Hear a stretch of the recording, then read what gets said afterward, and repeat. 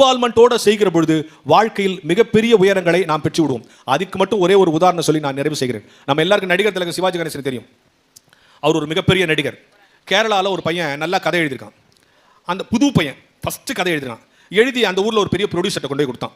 இந்த மாதிரி இந்த கதை நல்லா இருக்கா பாருங்க. அந்த ப்ரொடியூசர் வாங்கி கதை நல்லா இருக்கியா, நான் சினிமாவை எடுக்கிறேன்ட்டார். நீங்கள் யோசிச்சு பாருங்க, ஒரு யங் பாய் முதல்ல ஒரு கவிதை எழுதிக்கிறான். அதை என்ன பண்ணிட்டாங்க, ஒரு பெரிய ப்ரொடியூசர் படமாக எடுக்கிறேன்ட்டார். அவனுக்கு எவ்வளோ சந்தோஷமா இருக்கும். ஓகே சரி, இந்த கதையில் யார் யார் நடிக்கலாம் சொல்லு. ஒன்று அவன் சொன்னான், கேரளாவில் இருக்கிற நடிகலாம் சொல்லுவான், இவர் நடிக்கலாம். கடைசியாக என்ன பண்ணா, ஏதோ ஒரு கேரக்டர் காட்டி இந்த கேரக்டருக்கு தமிழ்நாட்டில் இருக்கிற சிவாஜி நடிச்சா நல்லா இருக்கும்னு சொல்லிட்டான்.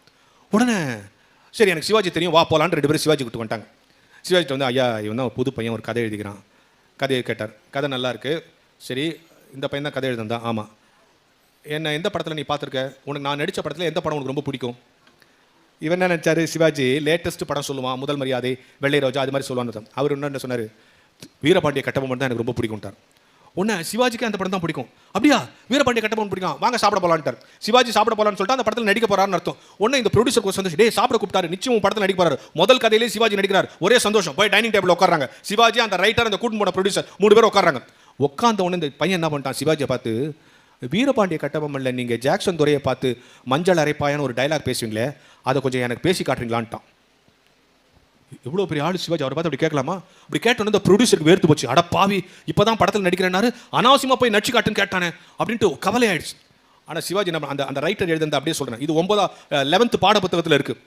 என்ன தெரியுமா, அந்த ரைட் 12th பாட புத்தகத்தில் இருக்க எடுத்து அந்த ஷோல்டரில் அந்த துணி எடுத்து போட்டுட்டு மொத்த டைலாக்கையும் பேசி காட்டினாராம். அந்த ரைட்டர் கேட்டு எழுதுறான், தனக்கு முன்னால் 2000 பேர் இருந்தால் எப்படி சிவாஜி உற்சாகத்தோடு நடிப்பாரோ அதுபோல எங்கள் 2 பேருக்காகவும் நடித்து காட்டினார். அதுதான் சிவாஜி. இன்வால்மெண்ட். தாங்கிட்ட ஒரு வேலையை கொடுத்தா சரியா சரி. இன்னைக்கு உங்ககிட்ட அந்த இன்வால்மெண்ட் வந்து வச்சுக்கோ, நீயே சாதிக்க ஆரம்பிச்சிடும். ப்ரொஃபசர் தேவையில்ல, பாடப்புக்கு தேவையில்ல, இன்வால்மெண்ட் வந்தா நீயே சாதிக்க ஆரம்பிச்சிடும்.